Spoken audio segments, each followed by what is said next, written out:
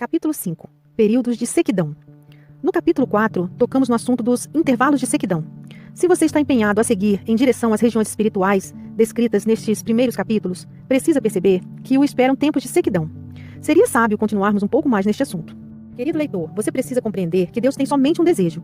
Certamente você jamais poderá compreender que haja períodos de sequidão, a menos que compreenda qual é o desejo do Senhor. O desejo do Senhor é dar-se a si mesmo a alma que realmente o louva e a alma que sinceramente o busca. E contudo, é verdade que este Deus que deseja dar-se a você, frequentemente se esconderá de você, exatamente, aquele que o busca. Mas por que Deus faria isso? Prezado Santo de Deus, você precisa aprender os caminhos de seu Senhor. O seu Deus é alguém que frequentemente se esconde, e o faz com um propósito.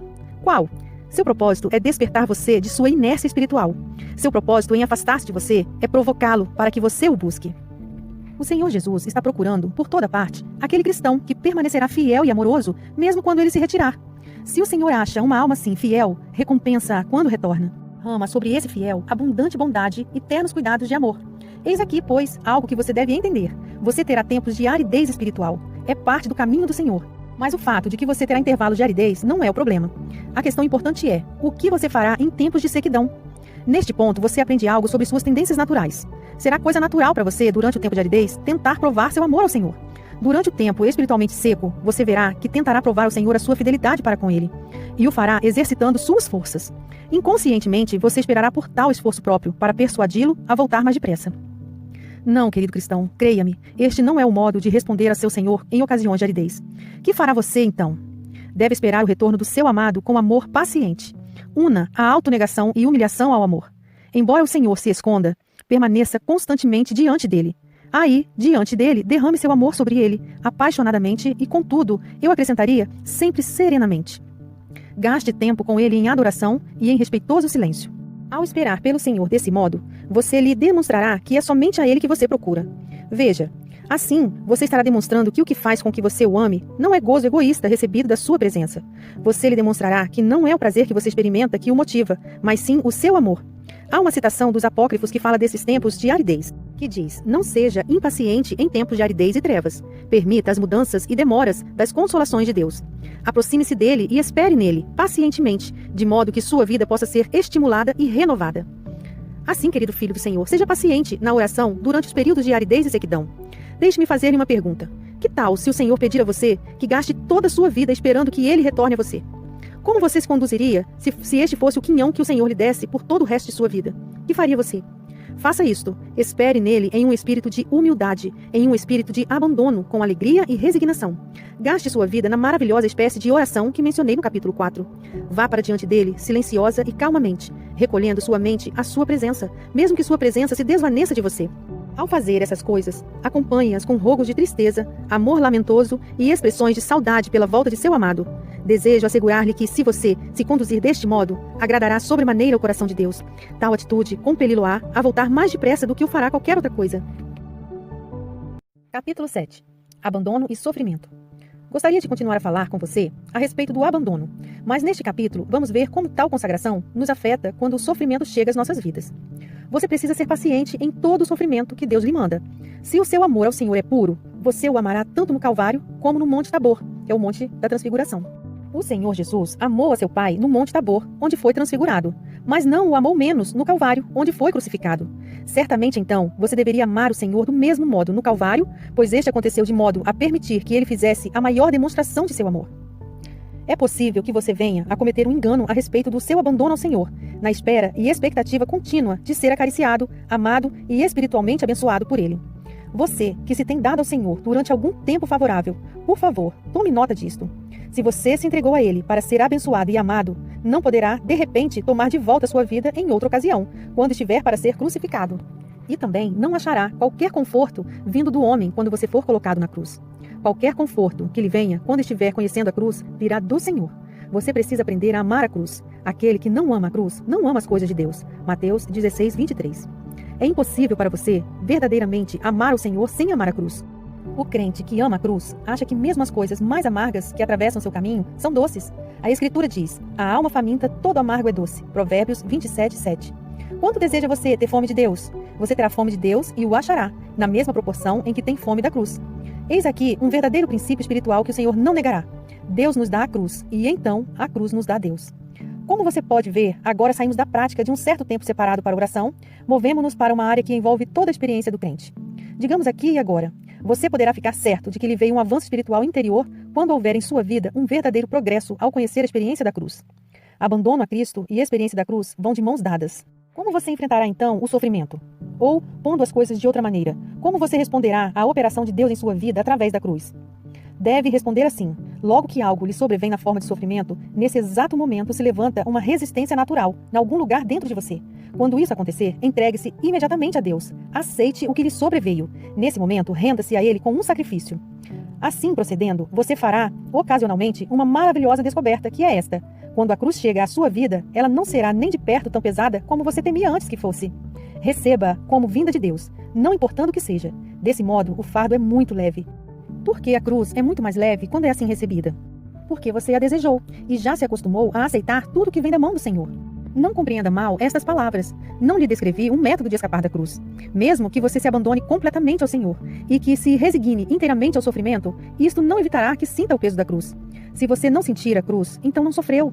Sentir a dor do sofrimento é uma das partes principais do sofrimento. A dor é um aspecto inescapável da cruz. Sem a dor, não haverá cruz realmente. O sofrimento está tecido na natureza da cruz. A dor está no centro do conhecimento do sofrimento. Por favor, lembre-se de que seu Senhor escolheu suportar a mais extrema violência que a cruz poderia oferecer. Algumas vezes, você poderá suportar a cruz em fraqueza. Em outras ocasiões, suportá-la em fortalecimento. Mas seja de um modo ou de outro, suporte-a. A fraqueza e a fortaleza deveriam ser o mesmo para nós, uma vez que suportamos a cruz na vontade de Deus. Capítulo 8. Abandono e revelação. Continuemos vendo este assunto do abandono. Alguns têm perguntado: se eu me abandono inteiramente ao Senhor, isso significará que não terei mais qualquer revelação de Jesus Cristo? O abandono põe fim à revelação? Não, não faz. Bem ao contrário, o abandono é o meio que o Senhor usará para lhe dar revelação. A revelação que você recebe virá como uma realidade ao invés de conhecimento. Isso é possível somente pelo abandono. Quando vem revelação, algo acontece. Jesus Cristo realmente põe um carimbo, uma gravação de si mesmo na sua alma. Cada vez que ele vem a você, deixa sobre você uma impressão nova e diferente de sua natureza. Logo, haverá muitas diferentes expressões de sua natureza, impressões em você, em seu ser. Talvez você tenha ouvido que deveria pensar sobre as diferentes experiências de Jesus Cristo. Mas é muitíssimo melhor suportar, carregar essas experiências de Jesus Cristo dentro de você mesmo. Foi assim na vida de Paulo. Ele não ponderou os sofrimentos de Cristo. Não ficou a considerar as marcas de sofrimento no corpo do Senhor. Ao contrário, Paulo suportou no seu próprio corpo as experiências do seu Senhor. Chegou mesmo a dizer: trago no corpo as marcas de Jesus. Gálatas 6,17. Ele o fez por pensar nessas marcas? Não. Jesus Cristo havia pessoalmente impresso a si mesmo sobre Paulo. Quando o Senhor acha um crente completamente abandonado a Ele, em todas as coisas exteriores e em todas as coisas interiores, frequentemente escolherá dar a essa pessoa especiais revelações de sua natureza. Se essa for a sua experiência, aceite essas revelações com um coração grato. Sempre receba tudo dele com um coração agradecido, não importa o que ele escolha conceder-lhe. Digamos que o Senhor lhe dê especial revelação. Qual deve ser a sua atitude? Deve receber a revelação como recebe todas as outras coisas dele. Há cristãos a quem Deus tem dado alguma revelação de si mesmo, e essa revelação lhes tem trazido gozo por anos a fio. Em outras palavras, algumas vezes o Senhor dará uma revelação tão poderosa de si próprio que a experiência de uma só verdade dele será seu fortalecimento durante anos. Durante esse tempo, você será interiormente atraído mais e mais para Deus. Isso é maravilhoso. Você deverá ser fiel àquela revelação por tanto tempo quanto durar. Mas o que acontece quando essa revelação começa a se desvanecer? O que fará você quando ela não trouxer mais a alegria que anteriormente provocava? Quando isso acontecer, significa simplesmente que Deus decidiu que é melhor pôr fim a essa experiência. Qual a sua atitude? Deve livremente render-se ao fato de que lhe foi tirada. Deixe-a de lado. O Senhor deseja levá-lo ao seu entendimento mais central e profundo. Receba todas as coisas igualmente. Abandona-se, mesmo em questão de revelação. Esteja sempre pronto a dar-se a qualquer coisa que seja a vontade do Senhor. Não tenha qualquer desejo em sua vida, exceto o desejo de chegar apaixonadamente a Ele e de morar com Ele. Aprenda o que significa mergulhar continuamente na insignificância diante de seu Senhor. Aprenda, tendo feito isso, a aceitar igualmente todas as suas dádivas, quer sejam luz, quer sejam trevas. Trate a fecundidade e a esterilidade da mesma maneira, quer seja fraqueza ou força, doçura ou amargor, tentação, distração, dor, aridez, incerteza ou bênção, tudo deve ser recebido como vindo igualmente da mão do Senhor. Nenhuma dessas coisas deve retardar seu andar, mesmo por um instante. Uma última palavra sobre revelação. O Senhor lhe dá alguma revelação que você é incapaz de compreender. Não fique angustiado. Não há razão para ficar preocupado. Simplesmente ame ao Senhor. Este amor iniciou em si cada espécie de devoção a Ele. Se você é alguém que se rendeu a Deus, e a Deus somente, então não terá problema ao ver Jesus Cristo revelado a você em toda a plenitude de sua natureza. Uma parte de sua revelação pode ser bem clara, outra parte pode não ser assim. Aceite-as da mesma forma. Quem ama a Deus ama tudo que lhe pertence. Você se alegra na sua revelação que não entende, da mesma forma que naquela que entende. Se você o ama, você ama tudo que é dele. Capítulo 9. O abandono e a vida santa. Qual é o resultado de andar continuamente diante de Deus em um estado de abandono? O resultado final é piedade. Uma vez que você tiver feito que esta revelação com Deus seja parte integrante de sua vida, a vida piedosa estará facilmente ao seu alcance. O que queremos dizer com piedade? Piedade é algo que vem de Deus. Se você é fiel para aprender este modo simples de ter experiência com seu Senhor, você tomará posse de Deus. E à medida que o possui, herdará todos os seus traços.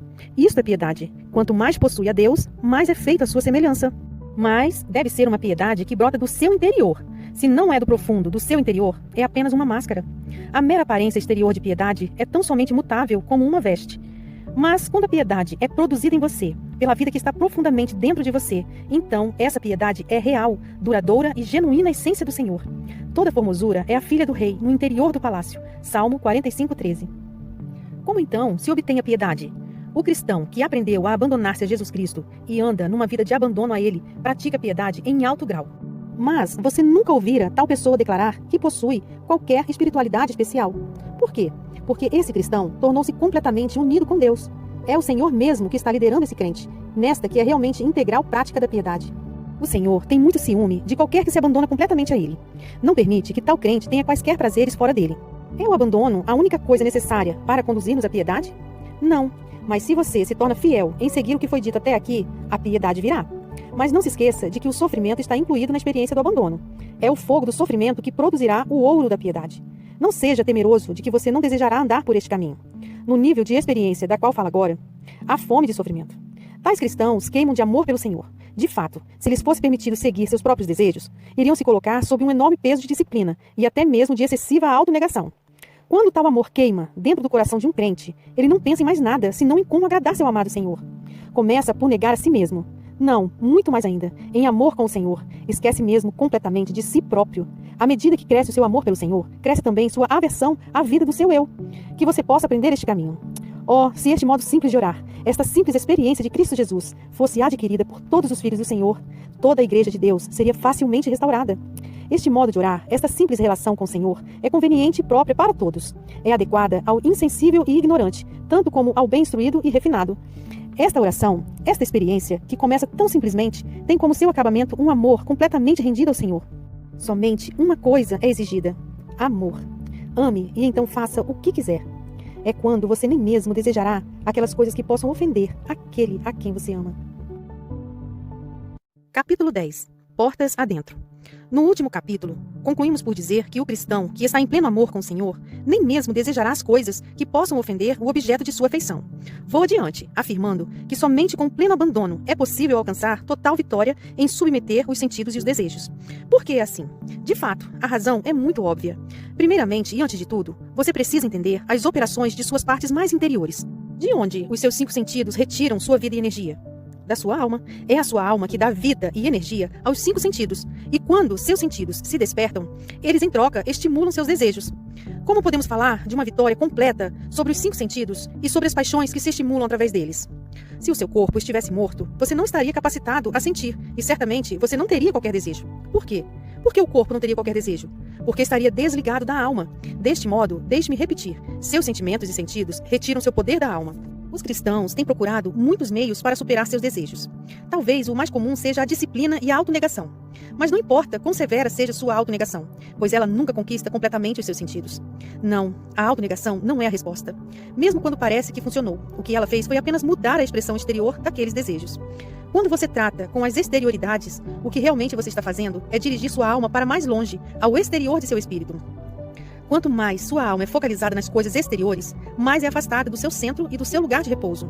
O resultado deste tipo de autonegação é o oposto daquilo que você busca. Infelizmente, isto é o que sempre acontece a um crente cuja vida é vivida na superfície. Se você mora nos desejos de sua natureza exterior, dando-lhes atenção, eles, em troca, tornam-se mais ativos.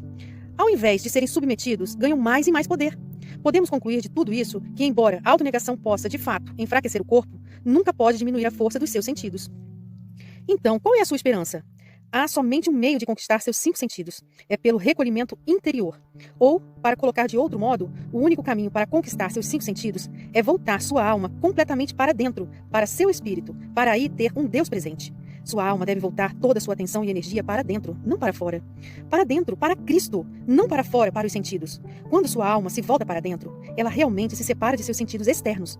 E uma vez que seus 5 sentidos se separem de sua alma, não recebem mais atenção. Seu suprimento de vida é cortado, ficam sem poder. Vamos agora percorrer o caminho da alma. Sua alma, neste ponto, já aprendeu a voltar-se para dentro e a retirar-se para perto da presença de Deus. A alma se torna mais e mais separada do eu dominante. Você pode ter a experiência de ser poderosamente atraído para o seu interior, para procurar Deus em seu espírito e descobrir que o homem exterior se torna muito fraco. Alguns podem mesmo até ficar propensos a desmaios. Sua principal preocupação, portanto, é com a presença de Jesus Cristo. Sua principal preocupação é morar continuamente com Deus, que está dentro de você, e não em pensar especialmente em autonegação ou em se despojar das obras da carne. Deus fará com que você experimente uma natural submissão da carne. Você pode estar certo disto.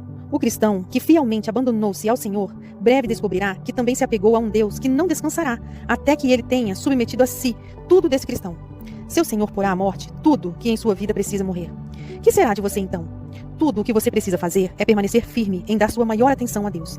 Ele fará todas as coisas perfeitamente. A verdade é que nem todos são capazes de uma severa autonegação exterior, mas todos são capazes de se voltarem para dentro e de se abandonarem inteiramente a Deus. É verdade que aquilo que você vê e ouve está continuamente suprindo sua imaginação com novos objetos de atenção. Eles levam seus pensamentos a pularem de um assunto para outro. Há, então, um lugar para a disciplina, quanto ao que você vê e ouve.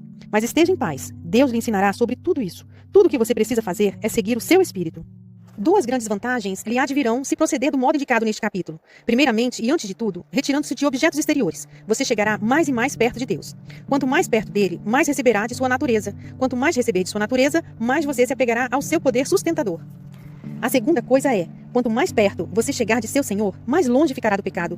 Veja então, simplesmente por voltar-se para o interior, para o seu espírito, você começa a adquirir o hábito de estar perto do Senhor e longe de tudo mais. Capítulo 11. Em direção ao centro. No último capítulo, discutimos o modo de lidar com nossos sentidos exteriores. Esta foi nossa conclusão. Se em qualquer tempo você percebe que seus desejos são agitados, os sentidos exteriores podem ser melhor mortificados por um recolhimento interior a Deus aí presente. Qualquer outro modo de opor-se aos seus incansáveis sentidos os estimulará ainda mais. Chegando a este nível mais profundo de conhecimento do Senhor, eventualmente você chegará a descobrir um princípio que chamarei de a lei da tendência ao centro. O que significa a lei da tendência ao centro?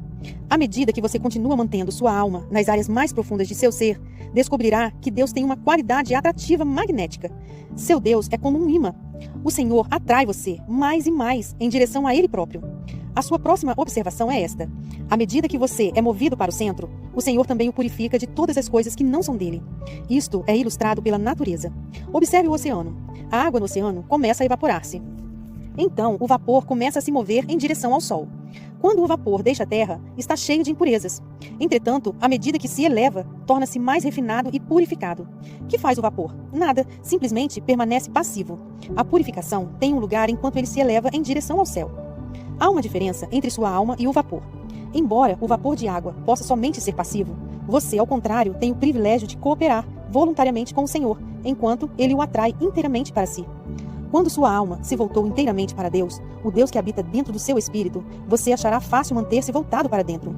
Quanto mais continuar voltado para dentro, mais perto chegará de Deus e mais firmemente se apegará a Ele.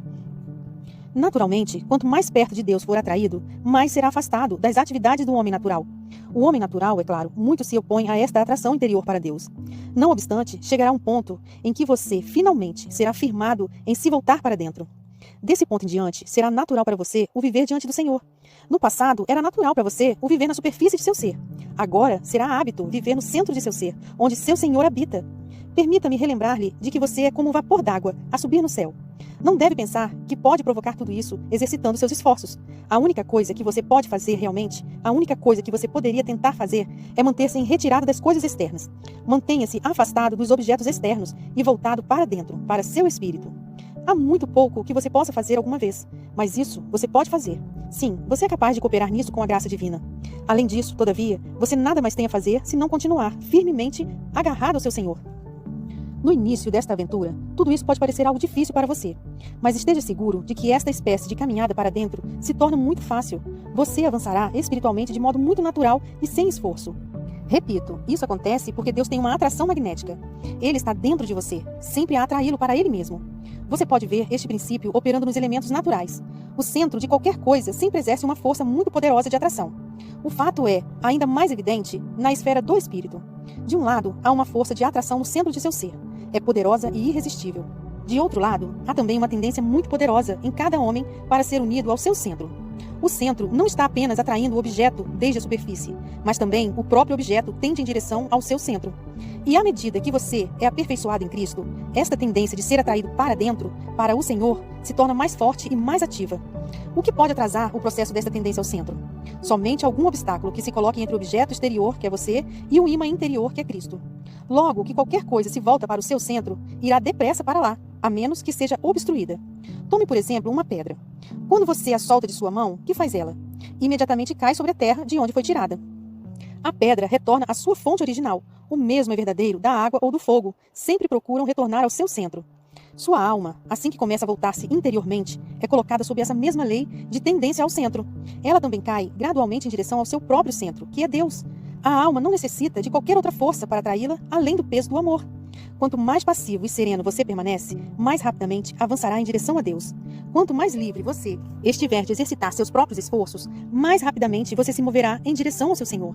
Por que é assim? Porque há uma energia divina atraindo você. Quando essa divina energia está completamente desimpedida, ele tem completa liberdade de atrair você exatamente como lhe agrada. Jesus Cristo é o grande imã de sua alma, mas de sua alma apenas. Ele não atrai impurezas e misturas que estão ligadas a ela. Qualquer dessas impurezas impede seu pleno poder de atração. Se não há qualquer mistura em sua alma, ela correrá instantaneamente em direção ao todo-poderoso e irresistível Deus que está dentro de você, para perder-se nele.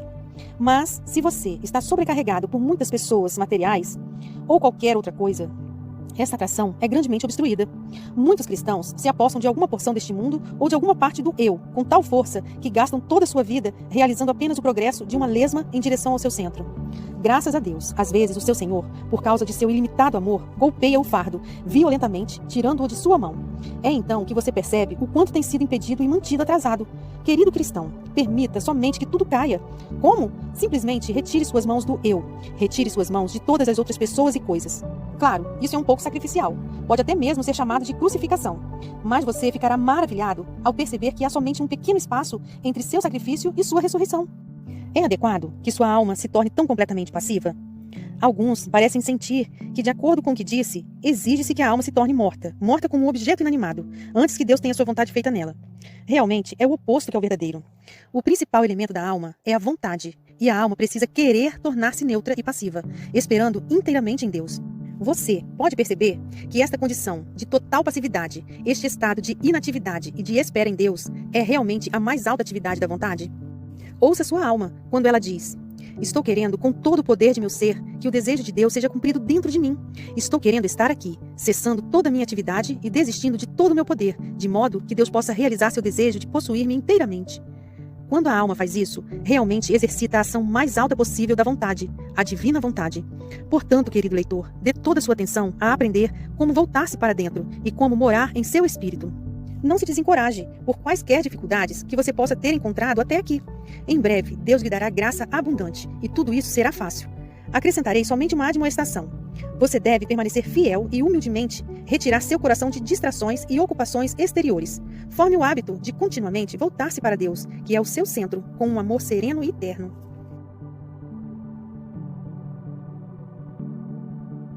Capítulo 12. Oração contínua. Se você permanecer fiel nas coisas que consideramos até aqui, ficará espantado ao sentir que gradualmente o Senhor irá tomando conta de todo o seu ser. Quero lembrar-lhe que este livro não foi escrito para agradar-lhe, tampouco apresenta algum método de oração. O propósito dele é oferecer um meio pelo qual o Senhor Jesus possa tomar plena posse de você. À medida que o Senhor gradualmente começar a fazer isso, tomar plena posse de você, você começará a desfrutar de um senso de sua presença. Você perceberá que esta consciência da presença do Senhor se tornará muito natural para você. Tanto a oração com a qual você deu início a este processo, como a consciência da sua presença que surge com essa oração, se tornarão, no decorrer do tempo, uma parte normal de sua experiência diária. Uma serenidade incomum e uma plenitude de paz gradualmente se esparramarão sobre sua alma. Toda sua oração e toda sua experiência começarão a penetrar num novo nível. O que é este novo nível? É a oração que consiste de silêncio. E durante este silêncio, Deus derrama dentro de você um amor profundo e íntimo. Esta experiência de amor é tal que encherá e permeará todo o seu ser. Não há maneira de descrever essa experiência, este encontro. Eu somente diria que este amor que o Senhor derrama nas profundezas é o começo de uma beatitude indescritível. Gostaria que fosse possível falar-lhe, neste pequeno livro, de alguns dos níveis de experiências sem fim que você pode ter com o Senhor, experiências que brotam deste encontro com Deus. Mas devo lembrar-me que este livrinho é escrito para iniciantes. Portanto, confio que num dia futuro poderei relatar-lhe essas experiências mais profundas. Há uma coisa, no entanto, que direi. Quando você vai ao Senhor, aprenda, pouco a pouco, a ter uma mente tranquila diante dele. Uma das coisas mais importantes que você poderá fazer é cessar de fazer esforço próprio. Deste modo, Deus mesmo pode agir completamente por si só. Foi o salmista, falando do Senhor, quem disse: Aquietai-vos e sabei que eu sou Deus. Salmo 46:10. Este versículo lhe dá um retrato de sua própria mente. O seu próprio eu se torna tão agradavelmente aderido aos seus próprios esforços que não consegue crer que qualquer coisa esteja acontecendo dentro de seu espírito. A menos que a mente possa sentir ou compreender, ela se recusa a crer que o espírito esteja experimentando alguma coisa. A razão pela qual, às vezes, você fica incapaz de sentir a operação de Deus dentro de você é que essa operação está completamente confinada à área do espírito e não da mente. Algumas vezes, as operações de Deus em você são muito rápidas e a mente, contudo, nem mesmo tomou consciência de que você está fazendo algum processo. As operações de Deus em você, sempre crescendo mais e mais, estão absorvendo as operações do eu. Deixe-me ilustrar isto. Durante as noites, as estrelas brilham radiosamente, mas quando o sol começa a se levantar, elas desaparecem gradualmente. De fato, as estrelas continuam lá e não pararam de brilhar, mas o sol é muito mais radioso, de modo que você não as pode ver. O mesmo é verdadeiro em coisas espirituais. Há uma luz forte e universal que absorve todas as luzes menores de sua alma. As luzes menores de sua alma começam a se desvanecer e irão desaparecendo sob a poderosa luz de seu espírito. A atividade do eu não pode mais ser distinguida ou notada. O esforço próprio é absorvido na operação de Deus. Às vezes, se levanta uma pergunta: tal experiência de oração não é uma inatividade? A pergunta nem seria feita se fosse precedida pela experiência. Se você fizer algum esforço para ter essa experiência de oração mais profunda com Jesus Cristo, ficará cheio de luz e entendimento a respeito do estado de sua alma. Não, a alma não está inativa, pelo menos não por causa da esterilidade ou carência, mas tornou-se quieta por causa da grande abundância. O cristão que está seguro deste encontro entenderá isso e reconhecerá que esse silêncio é rico, pleno e vivo. Esse silêncio advém de um armazém de plenitude. Veja, há dois tipos de pessoa que se calam. O primeiro é aquele que nada tem a dizer, e o outro é aquele que tem muito para dizer. No caso deste encontro mais profundo com o Senhor, o segundo é que está certo. O silêncio é produzido pelo excesso, não pela falta. Morrer de sede é uma coisa, morrer afogado é outra coisa. Mas ambos são causados pela água. Num caso, é falta de água, no outro, é o excesso que causa a morte. Esta experiência com Cristo tem seu começo num modo simples de orar. Gradualmente, contudo, vai crescendo. A experiência se aprofunda até que a plenitude da graça silencia completamente a atividade do eu. Portanto, você vê, porque é da maior importância que você permaneça tão quieto quanto possível. Posso ilustrar isso novamente? Quando o neném nasce, extrai leite do seio de sua mãe, com o movimento dos lábios. Entretanto, quando o leite começa a fluir, a criança simplesmente engole-o sem qualquer outro esforço. Se o neném continuasse a se esforçar, seria prejudicado, derramando o leite e tendo que parar de mamar. Esta deve ser sua atitude na oração. Você deve agir do mesmo modo, especialmente no início. Beba sempre suavemente, mas quando o Senhor fluir de seu espírito para sua alma, cesse toda a atividade. Como começar? Movendo os lábios, agitando as afeições de seu amor pelo Senhor. Logo que o leite do divino amor fluir livremente, silencie, nada faça. Pelo contrário, de modo simples e docemente, tome desta graça e deste amor. Como vê, o senso da presença do Senhor lhe foi dado, pelo Senhor, para encantar você em uma repousante experiência de amor. Nem é preciso dizer que sua presença não lhe tem sido dada para agitar a atividade do eu. Retornemos à ilustração do neném a mamar. Digamos que o neném bebeu docemente do leite e o fez absolutamente sem esforço. O que acontece então? Você tem que admitir que todos nós achamos muito fácil crer que recebemos nutrição de um modo tão passivo como um nenê recebe. E todavia, olhe para o neném. Quanto mais pacificamente ele mama, melhor se alimenta. Assim, perguntarei novamente: o que acontece com o neném depois que mama? Dorme no seio de sua mãe. É isso que acontece com sua alma. Quando o cristão se torna calmo e quieto em oração, frequentemente mergulha numa espécie de sono, ou, para pô-lo do outro modo, os poderes de sua alma ficam em completo descanso. É aqui neste ponto que você começa a ser introduzido a um nível ainda mais profundo de experiência. O cristão começa agora a tocar em uma experiência de completo descanso diante do Senhor. A mente está em descanso. A alma está em descanso. Todo o ser chegou a uma calma suave, quieta e tranquila diante do Senhor. Nada o perturba. Primeiramente, você experimentará isso ocasionalmente, mas com o tempo, sua alma experimentará frequentemente esse estado de descanso. Esteja seguro disto. Sua alma será conduzida a esta experiência sem esforço, sem dificuldade e sem aptidões especiais. E tudo que você precisa fazer é continuar com o Senhor a cada dia, esperando que Ele aprofunde sua experiência com Ele mesmo. Vejamos mais de perto o que agora foi dito. A vida interior, isto é, a vida íntima do Espírito, não é algo que se toma tempestuosamente ou com violência. Este reino interior, esta esfera de vida dentro de você, é um lugar de paz. Só pode ser ganha pelo amor. Se você simplesmente seguir pelo caminho que lhe indiquei até agora, será conduzido a esse quieto lugar de descanso. E além desse descanso, jaz uma outra experiência, a experiência da oração contínua. Quando falamos de oração contínua, falamos de uma oração que brota de dentro, origina-se interiormente e opera fora, enchendo e permeando todo o seu ser. E isso não é uma questão difícil. Realmente, Deus nada exige de extraordinário. Pelo contrário, Ele fica muito contente com uma conduta simples, como a de uma criancinha. De fato, eu colocaria as coisas desta forma. As mais elevadas realizações espirituais realmente são aquelas mais facilmente alcançadas. As coisas mais importantes são as menos difíceis. Isso também pode ser ilustrado pela natureza. Digamos que você deseja chegar ao mar. Como o fará? Nada precisa fazer, exceto isto, chegar ao rio. Eventualmente, você será levado ao mar, sem qualquer problema, sem qualquer esforço próprio para achá-lo. Você gostaria de adentrar em Deus? Retorne, então, aos primeiros pensamentos que apresentamos no início deste livro. Siga este doce e simples caminho. Continue nele. No devido tempo, você chegará ao objetivo desejado. Você chegará a Deus e com uma rapidez nunca imaginada. Então, o que está faltando? Nada. Você precisa apenas fazer o esforço da tentativa. Se fizer este esforço inicial, verificará que o que afirmei é ainda muito pouco para expressar a descoberta que virá mais à frente. Sua própria experiência com Jesus Cristo o levará infinitamente além deste nível. Que há para temer? Querido Filho de Deus, por que você não se lança imediatamente nos braços do amor? A única razão pela qual ele estendeu seus braços na cruz foi para que você pudesse abraçá-lo.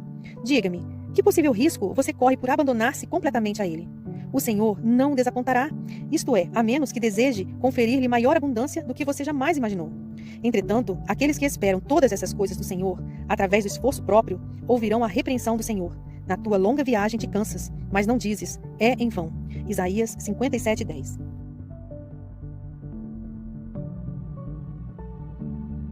Capítulo 15.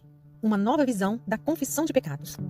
Onde a confissão de pecados e o exame da vida com relação ao pecado se encaixam na vida de um cristão que está seguindo este caminho. Como ele trata desses importantes assuntos? Vamos tomar este capítulo para obter uma visão mais clara e mais elevada do autoexame e da confissão de pecados. É comum ensinar-se que o autoexame é algo que sempre deve preceder a confissão de pecados. Embora isso possa ser correto, o modo de ser feito o autoexame é ditado pelo nível de sua experiência cristã.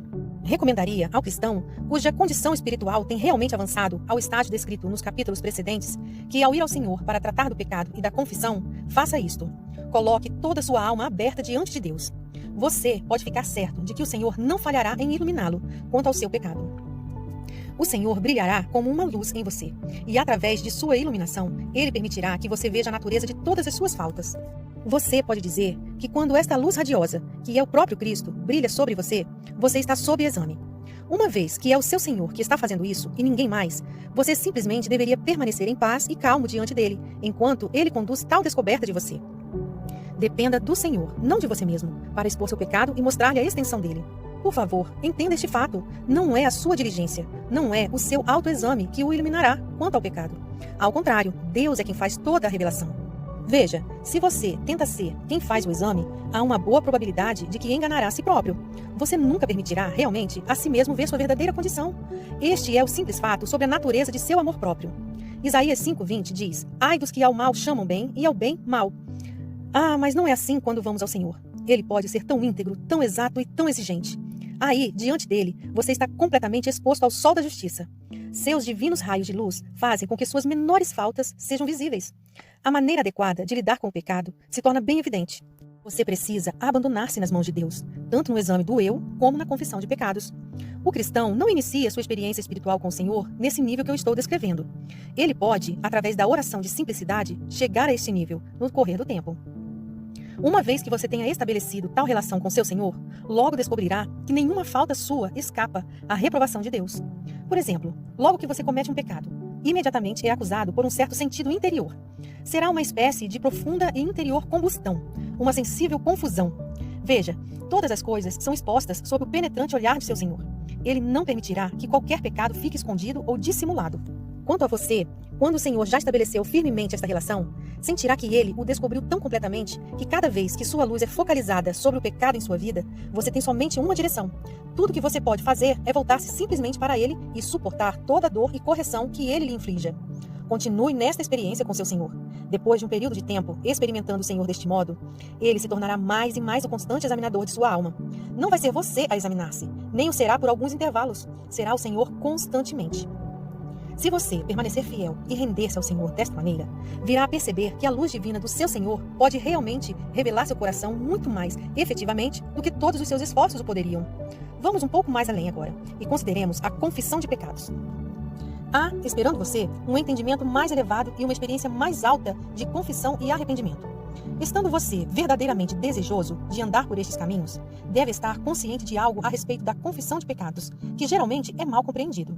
No passado, quando confessava seus pecados ao seu Senhor, você certamente se sentia pesaroso por esses pecados, não é mesmo? Há uma experiência mais elevada de arrependimento e há uma experiência mais profunda de confissão de pecados do que se sentir pesaroso. De fato, você descobrirá que esses sentimentos de pesar serão substituídos por algo mais, substituídos por amor e tranquilidade. Esse amor, essa tranquilidade, saturam docemente sua alma e, tendo-a saturado inteiramente, tomam plena posse dela. Arrependimento doce? Confissão de pecado que traz amor e tranquilidade? Se você nunca foi instruído nesses assuntos, naturalmente resistirá a esse amor. Ao invés disso, você terá a humana inclinação para tentar produzir uma atitude de contrição e pesar diante de Deus. Repetidamente lhe disseram que um coração triste e contrito quanto ao pecado é coisa agradável a Deus. Isto é verdade, mas considere isto. Tentando produzir por seus próprios esforços um coração contrito faz com que você perca o genuíno arrependimento. O que é arrependimento genuíno? Você já teve a experiência de um arrependimento real, genuíno? Lembre-se dele então. Não foi um profundo sentimento de amor a derramar-se dentro de você? É esse amor, esse profundo senso de amor dentro de você, que é uma expressão muito mais pura e muito mais elevada de arrependimento, mais alta do que qualquer coisa que você possa produzir por seus esforços próprios. Esse amor toma todos os outros sentimentos de arrependimento, resume-os em um só e expressa a totalidade de arrependimento muito mais perfeitamente do que se cada parte do arrependimento fosse individualmente expressada ao Senhor. Quando o Senhor estabelecer esta relação em sua vida, você não necessita afligir-se em produzir seus sentimentos quanto ao pecado. Deus está operando sua expressão de arrependimento em você, de um modo extraordinariamente puro. Deus odeia o pecado, e experimentar arrependimento que lhe é dado inteiramente por Deus levará você a odiar o pecado como ele o odeia. Querido leitor, não fique tão ansioso e não seja tão ávido por agir. O mais puro amor que você jamais poderá conhecer é aquele amor que lhe sobrevém quando o Senhor está operando em sua alma. Assim, deixe-o agir. Você deve apenas permanecer no lugar que ele lhe designar. Concorde com a instrução de um homem muito sábio que disse: confia em Deus, permanece quieto onde ele te colocou. Eclesiástico 11:22. Ao progredir na experiência que acabamos de descrever, você observará algo. Ficará espantado em como é difícil lembrar de seus pecados. Esquecer seus pecados? É isso adequado? Sim, e tal experiência não deve deixar você inquieto. Veja, esquecer seus pecados é uma prova de que você foi purificado deles. Boa coisa é ter esquecido seus pecados.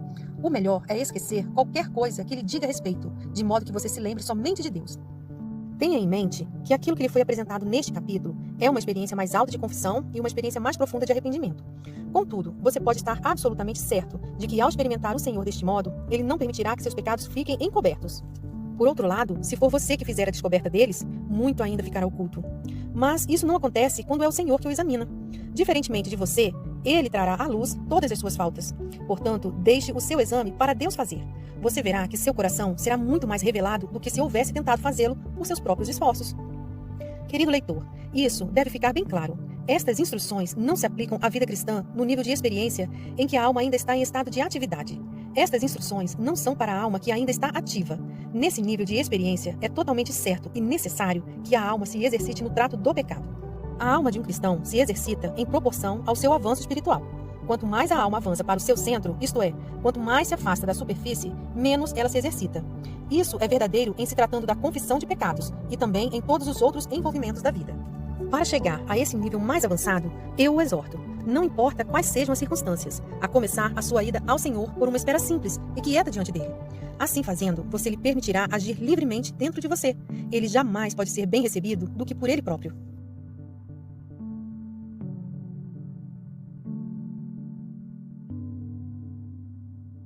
Capítulo 17. Oração de pedidos. À medida que você continuar nesta aventura com Cristo, esta aventura que começou como um simples modo de orar, ainda outra experiência pode estar à sua espera. É esta. Não fique surpreendido se você descobrir que já não se sente mais à vontade para apresentar orações de petição. Você poderá descobrir que as orações com pedidos tornaram-se mais difíceis. Sim, é verdade que no passado você apresentava pedidos e súplicas com facilidade. Mas nesta nova relação com seu Senhor, é o Espírito quem ora. E enquanto o Espírito ora, ele ajuda a sua fraqueza. Ele está intercedendo por você. E ele está orando de acordo com a vontade de Deus. Em Romanos 8:26 diz: porque não sabemos orar como convém, mas o mesmo Espírito intercede por nós sobremaneira, com gemidos inexprimíveis. Há a sua vontade. Há a vontade de Deus. Há o seu plano. Há o plano de Deus. Há a sua oração. E há a oração dele. Você precisa concordar com os planos do Senhor.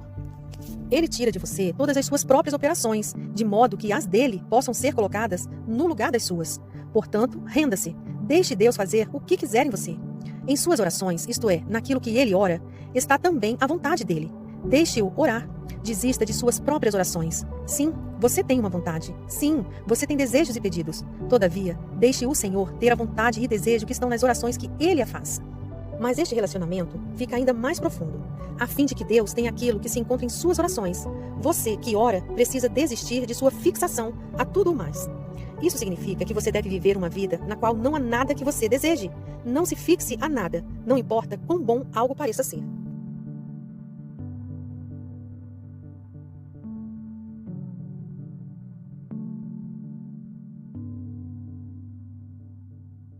Capítulo 18. Distrações. Agora que já exploramos alguns dos encontros que você terá nessa aventura, algumas das coisas que o Senhor lhe apresentará e algumas das coisas que ele exigirá de você, vamos dedicar este capítulo para um assunto prático. Como você leu em capítulos anteriores, haverá distrações, especialmente no início. Por algum tempo ainda, sua mente se distrairá, desviando-se da oração. Vamos dar uma rápida olhada neste problema. Como lidar com aquelas coisas que o distraem? Como tratar aquelas coisas que o atraem, afastando das áreas mais interiores de seu ser? Se você pecasse, ou mesmo em se tratando apenas de ficar distraído por alguma circunstância exterior, o que faria você? Você precisa imediatamente voltar-se para o interior, para seu espírito.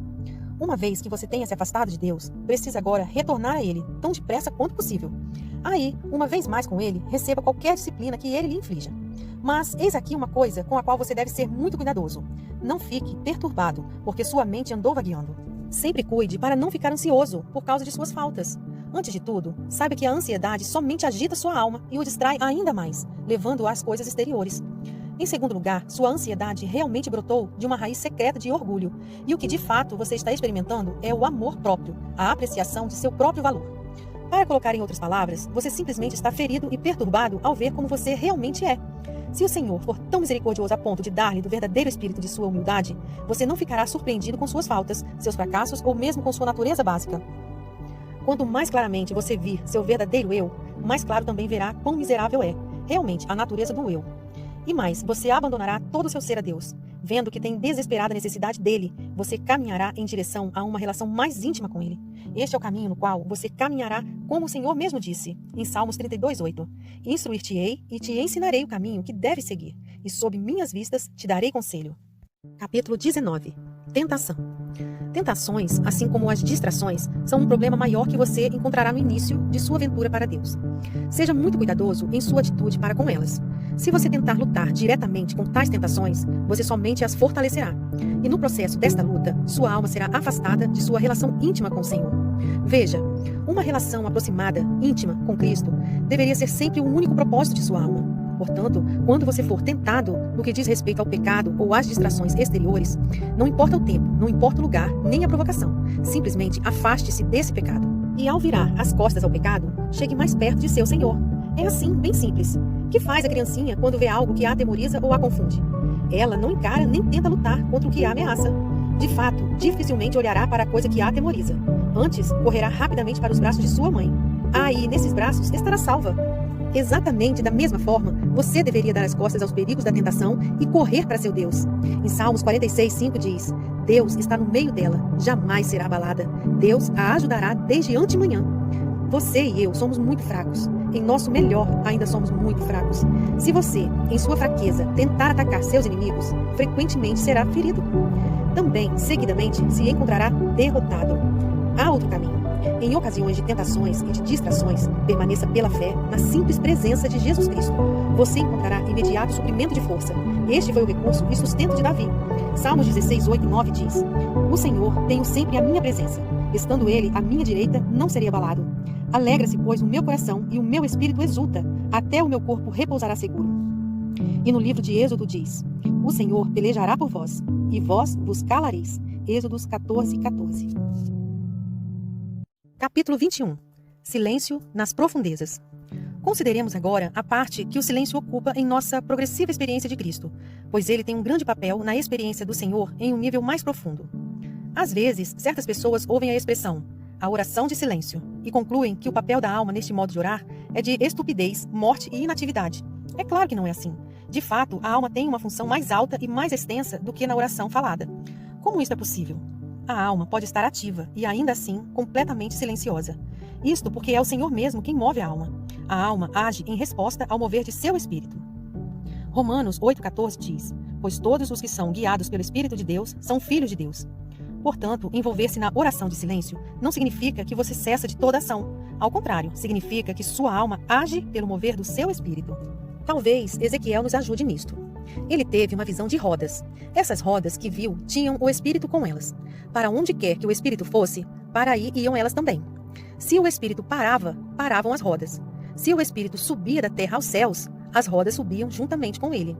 O Espírito estava naquelas rodas, e as rodas eram movidas pelo Espírito. Ezequiel 1, versículos 19 a 21. A alma é como aquelas rodas. A alma pode ser ativa, segundo as suas próprias capacidades, ou pode esperar até que algo mais profundo a agite. Então a alma se torna como aquelas rodas, seguindo o Espírito para onde quer que ele se mova. A alma, sim, entrega-se à direção interior do Espírito. A alma deve esperar e ser fiel para agir somente quando o Espírito se move. Você pode estar certo de uma coisa: o Espírito nunca exalta a natureza do eu. A alma, seguindo sua própria inclinação, frequentemente exalta o eu. O que faz o Espírito? O Espírito segue adiante, mergulhando em direção ao propósito final. E qual é este propósito? É a união com Deus. Portanto, que a alma nada faça por si mesma na oração. A alma deve simplesmente seguir o Espírito, até que chegue à sua finalidade última. Creio que por esta ilustração, você pode perceber que a alma não cessa de toda ação. Sua ação simplesmente está em perfeita harmonia com o Espírito. Consideremos a oração de silêncio agora, de um modo prático. Como você começa a experimentar o Senhor em uma atitude de silêncio? Veja que, quando sua alma está ativa por si mesma, isto é, ativa independentemente da atividade do Espírito, então, por sua própria natureza, sua atividade é forçada e estreita. O esforço da alma na oração é sempre de ansiedade e esforço. Isto, de fato, é uma vantagem para você. Você pode facilmente discernir quando é a alma que está funcionando. Oh, tudo é tão diferente quando a alma está respondendo ao mover do Espírito, respondendo a algo muito mais profundo dentro de seu ser. Quando a alma está respondendo ao Espírito, a ação é livre, fácil e natural. Parecerá que você não está exercitando qualquer esforço. Em Salmos 18, 19 diz: Trouxe-me para um lugar espaçoso, livrou-me porque ele se agradou de mim. Uma vez que sua alma se tenha voltado para dentro e sua mente esteja colocada no Espírito, desse momento em diante, a atração interior do Espírito do Senhor é muito mais poderosa do que qualquer outra força, mais forte do que aquelas coisas que poderiam atrair você de volta à superfície. A verdade é que nada é tão rápido a voltar para seu centro como a alma é em relação ao Espírito. A alma é ativa neste momento? Sim, mas é uma atividade tão exaltada, tão natural, tão calma e tão espontânea que lhe parecerá que sua alma não está fazendo qualquer esforço. Você já observou que quando uma roda gira vagarosamente, é fácil ver toda ela? Mas à medida que a velocidade aumenta, menos se pode vê-la. Assim é a alma ao descansar em Deus. Quando a alma está descansando em Deus, sua atividade é espiritual e muito exaltada. Não obstante, a alma não está envolvida em qualquer esforço. Está plena de paz. Mantenha, portanto, sua alma em paz. Quanto mais em paz ela estiver, mais rapidamente se habilitará a mover-se em direção a Deus, seu centro. Como isso é possível? É possível porque a alma está entregue ao Espírito, e é Ele quem a está movendo e dirigindo. Quem o atrai tão fortemente para as áreas mais interiores de seu ser? Nenhum outro, senão o próprio Deus. E sua atração para Ele próprio faz com que você corra para Ele.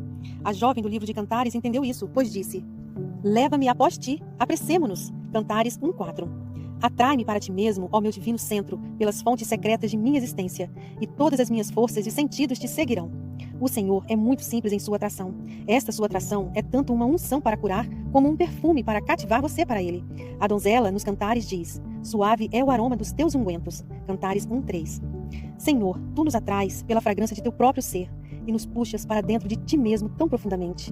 Sua força de atração é extremamente poderosa e, contudo, a alma segue livremente e sem fazer força. Por quê? Porque a atração de seu Senhor é tão prazerosa quanto poderosa. Embora sua atração seja poderosa, ela conquista você por sua doçura. Quando a donzela diz: atrai-me e correremos após ti, fala antes de tudo de seu espírito, centro de seu ser. É o espírito que está sendo atraído. O Senhor fala ao seu espírito. Chama-o para segui-lo, puxando você para o centro de você mesmo, onde somente ele está. Assim, o seu espírito é atraído primeiro. Em resposta, você segue a atração do seu centro. Isso você realiza ao voltar sua atenção e todos os poderes de sua alma para ele. Atrai-me. Perceba a unidade de seu centro, seu espírito, enquanto é atraído para ele, que está na parte mais íntima de seu centro. Nós correremos após ti. Perceba como os sentidos e poderes da alma seguem a atração do centro. Não estamos promovendo a ideia de que a alma deveria estar indolente ou inativa. Estamos encorajando a mais elevada atividade em que a alma pode engajar-se, que é a total dependência do Espírito de Deus. Isso deveria ser sempre sua principal preocupação. É somente nele que vivemos e nos movemos e existimos. Atos 17:28. Esta simples e humilde dependência do Espírito de Deus é necessária acima de todas as demais coisas. Esta constante dependência de nossa parte provocará que a alma alcance aquela unidade e aquela simplicidade para a qual foi criada. Somos muito complexos. Nossas almas são capazes de uma atividade muito diversificada. Precisamos deixar esses caminhos para sermos livres, livres para entrarmos na simplicidade e unidade de Deus. Voltarmos-nos para Deus, para aquele em cuja imagem fomos criados. Gênesis 1:27. Seu Senhor é simples. Ele é um. Mas quando você entra para a unidade de Deus, sua unicidade não impede a grande variedade que é a expressão de sua natureza. Da mesma maneira pela qual entramos na sua unidade, quando somos unidos ao seu Espírito e feitos um com ele, também somos capazes de realizar os vários aspectos de sua vontade, quando estamos unidos com ele. E podemos fazer isso sem ter que abandonar o estado de união com Deus. A variedade de sua vontade pode ser realizada sem o sacrifício de nossa unidade com ele. Assim, você talvez possa ver agora aonde a simples oração de silêncio pode levá-lo. Mas vamos adiante. Renda-se à direção do Espírito de Deus. Por continuar a depender de sua ação e não da ação da alma, as coisas que você fizer serão de valor para Deus. Somente aquilo que você faz deste modo é de valor para Deus e para sua obra na terra. Vejamos isto do ponto de vista de Deus. Está em João 1:3. Todas as coisas foram feitas por intermédio dele e sem ele nada do que foi feito se fez. A autora faz um adendo aqui. Quando a alma é atraída a este relacionamento, algo novo é descoberto. É isto. O espírito, como a alma, está também muito ativo. O espírito está pleno de atividade. Contudo, não é a mesma atividade da alma. Quando você é movido pelo Senhor, sua atividade será muito mais cheia de energia do que se partisse de sua própria natureza. Esse espírito é mais ativo do que qualquer outra força. Continuando. No início, foi Deus quem formou o homem, pela sua palavra. Ele fez o homem à sua própria imagem. Deus é espírito, e ele mesmo deu ao homem um espírito, de modo que pudesse vir a ele, ao homem, e pudesse fundir sua própria vida com a vida do homem. É claro que esse era o estado do homem antes da queda. Com a queda, o espírito do homem foi amortecido. Deus perdeu a porta para entrar no espírito do homem, e este perdeu a capacidade de conter a vida de Deus e de manifestar a sua imagem. Ficou fácil de ver que se Deus quisesse restaurar o homem aquilo que tensionara para ele, o seu espírito teria de ser restaurado. E como poderia Deus restaurar o espírito do homem? Como ele restauraria a sua imagem no homem? Através de nada menos que por Jesus Cristo. Tinha de ser por meio do próprio Senhor Jesus, que deu a vida ao espírito do homem e restaurou nela a imagem de Deus. Por quê? Porque somente Jesus Cristo é a exata imagem de seu Pai. Somente ele traz a vida de Deus ao homem. Nenhuma imagem pode ser reconstruída por seus próprios esforços. A imagem rompida tem de se tornar passiva nas mãos do escultor. Qual sua atividade na restauração? Sua única atividade deveria ser a de se render completamente à operação interior do Espírito. Jesus Cristo veio a você para entrar na sua vida mais interior. Renda-se às suas operações aí neste lugar interior. Se uma tela é oscilante, o artista fica incapacitado de pintar sobre ela com perfeição. O mesmo é verdadeiro sobre você. Cada movimento do eu produz erro. A atividade do eu interrompe e derrota o desígnio que Cristo Jesus quer gravar em você. Você precisa, ao invés disso, simplesmente permanecer em paz. Responda tão somente à operação do Espírito. Jesus Cristo tem vida em si mesmo, João 5:26, e ele deve dar vida a cada coisa que vive. Este princípio, o princípio de completa dependência do Espírito e de completa negação da atividade da alma, pode ser visto na igreja. Olhe para a igreja. O espírito da igreja é o espírito que move, o espírito doador de vida. É a igreja indolente, estéril e infrutífera? Não, a igreja está cheia de atividade. Mas sua atividade é esta, completa dependência do Espírito de Deus. Este Espírito a move, este Espírito lhe dá vida. Este princípio funciona na igreja, e é ele que faz com que a igreja seja o que é. Exatamente o mesmo princípio deveria operar em você. O que é verdadeiro da igreja deve ser verdadeiro de seus membros. Para ser filho espiritual dela, você deve ser guiado pelo Espírito. O Espírito está ativo em você. A atividade produzida em sua vida, como resultado de seguir o Espírito, é uma atividade muito mais elevada do que qualquer outra. Qualquer atividade apenas é digna de tanto louvor quanto o é a fonte. A atividade que surge como resultado de seguir o Espírito é mais digna de louvor do que qualquer outra atividade a surgir de qualquer outra fonte. O que quer que seja produzido pelo Espírito de Deus é divino. O que quer que brote do eu, não importa quão bom pareça, é ainda apenas humano, ainda somente o eu. Seu Senhor declarou certa vez que somente Ele tem a vida. Todas as outras criaturas têm vida emprestada. O Senhor tem vida em si mesmo. Esta vida que nele há também conduz em si a natureza dele. Esta é a vida singular que Ele lhe deseja dar. Deseja dar-lhe vida divina e deseja que você viva por essa vida, ao invés da vida de sua alma. Ao mesmo tempo, você deve dar lugar para a negação de sua alma, isto é, negando a atividade de sua própria vida. A única maneira de abrir espaço para que a vida de Deus habite em você é perder a velha vida adâmica e negar a atividade do eu. Por quê? Porque esta vida que você está recebendo é a própria vida de Deus, a mesma vida pela qual Deus vive. Paulo diz em 2 Coríntios 5,17. E assim, se alguém está em Cristo, é nova criatura. As coisas antigas já passaram, eis que se fizeram novas. Mas eu repito, a única maneira para que isso se torne experiência prática em você é por morrer para si mesmo e para toda a sua própria atividade, de modo que a atividade de Deus possa substituí-la. Retornando então ao que foi dito no começo do capítulo, a oração do silêncio não proíbe a atividade. Ela a encoraja. Encoraja a atividade divina de seu espírito. Desencoraja a atividade inferior da alma. Tal oração, então, precisa ser feita com uma absoluta dependência do Espírito Santo. A atividade do Espírito precisa tomar o lugar da sua. Tal troca só pode efetuar-se com o consentimento do homem. Ao dar seu consentimento, você deve também, é claro, começar a cessar toda a sua própria atividade. O resultado será que, pouco a pouco, a atividade de Deus poderá tomar completamente o lugar da atividade da alma. Há um bonito exemplo disso nos Evangelhos. Você há de lembrar que Marta estava fazendo algo muito correto, e contudo o Senhor a repreendeu. Por quê? Porque aquilo que ela estava fazendo, fazia-o em sua própria força. Marta não estava seguindo o mover do Espírito dentro dela. Você precisa perceber, querido leitor, que a alma do homem é naturalmente inquieta e turbulenta. Sua alma realiza muito pouco, embora pareça sempre ocupada.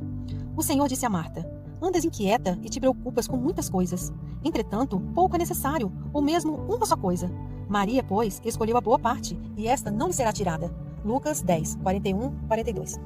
E o que foi que Marta escolheu? Escolheu descansar quieta e tranquilamente aos pés de Jesus. Ela cessara de viver para que Cristo pudesse ser sua vida. Esta ilustração ilumina o fato de como é necessário que você se negue a si mesmo e toda a sua atividade para seguir a Jesus Cristo. Se você não é guiado pelo Espírito, você não pode seguir.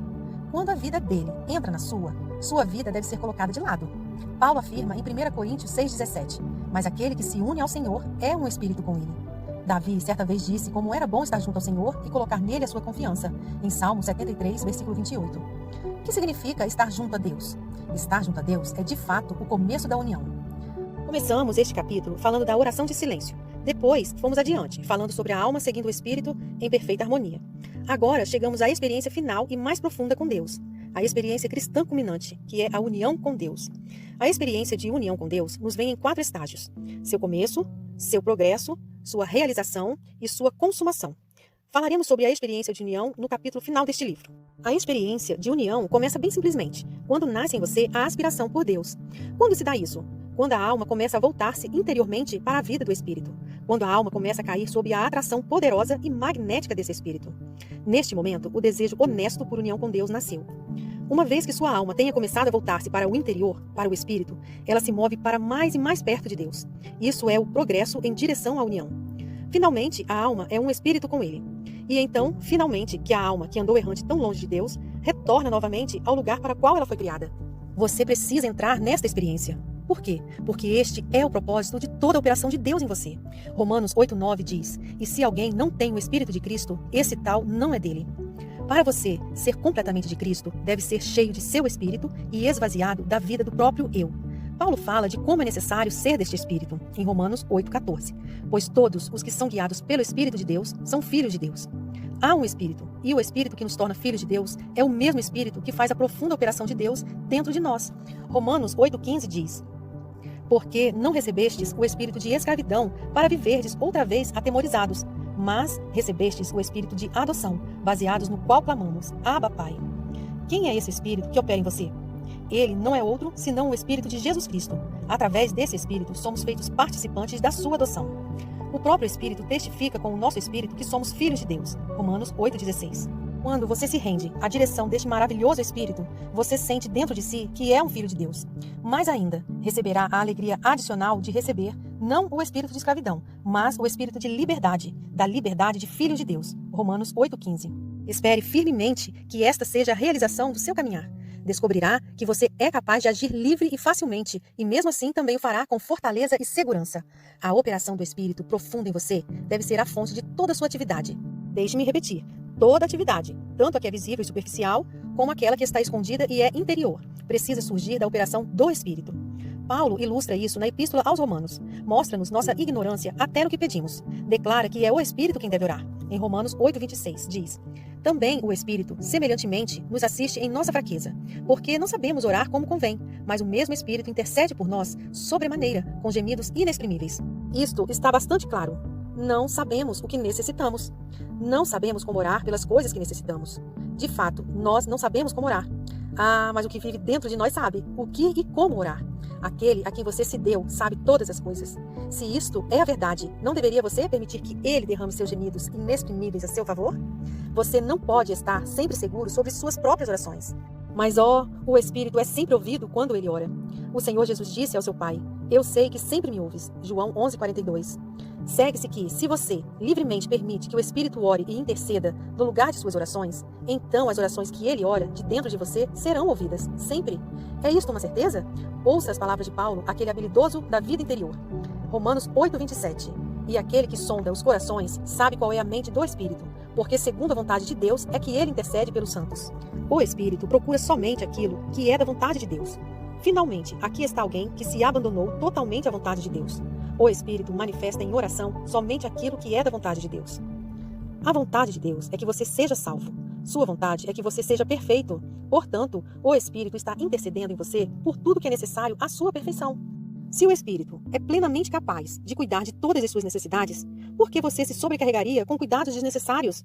Por que está face com tanta atividade, nunca parando para entrar no descanso de Deus? O Senhor convida-o a lançar todo o seu cuidado sobre ele. O Senhor, cheio de misericórdia, certa vez reclamou que a alma gasta sua força e seus tesouros em milhares de coisas exteriores. Todavia, todos os desejos da alma podem ser facilmente satisfeitos. Em Isaías 55:2 diz: por que gastais o dinheiro naquilo que não é pão, e o vosso suor naquilo que não satisfaz? Ouvi-me atentamente, comei o que é bom, e vos deleitareis com finos manjares. Venha conhecer a alegria de ouvir a Deus deste modo, querido leitor. Quão grandemente a sua alma é fortalecida por assim ouvir a seu Senhor. Zacarias 2,13 diz: cale-se toda a carne diante do Senhor. O Senhor o está chamando para um abandono ainda maior, sem nada que o segure. Ele lhe tem assegurado que nada há que temer, porque ele toma cuidado especial com você. Em Isaías 49:15 diz: acaso pode uma mulher esquecer-se do filho que ainda mama, de sorte que não se compadeça do filho do seu ventre? Mas ainda que esta viesse a se esquecer dele, eu, todavia, não me esquecerei de ti. Que conforto há nessas palavras! Quem, depois de ouvir isso, temerá abandonar-se totalmente ao chamado de Deus? Se você gostou, deixe seu like, se inscreva no canal, compartilhe o vídeo no WhatsApp, Telegram, Facebook e Instagram. Até mais, obrigada da sua Sofia. Este vídeo pode conter material parado produzido no fio discurso justo e honesto cuidado. Submissão de responsabilidade de direitos autorais do selo da seção 107 da Lei Americana de Direitos Autorais de 1976. Este chamado uso justo para fins políticas, comentários, reportagens, notícias, ensino, pesquisa, dicas de uso pessoal, educacional ou sem fins educativos que de outra forma poderia estar infringindo os direitos autorais.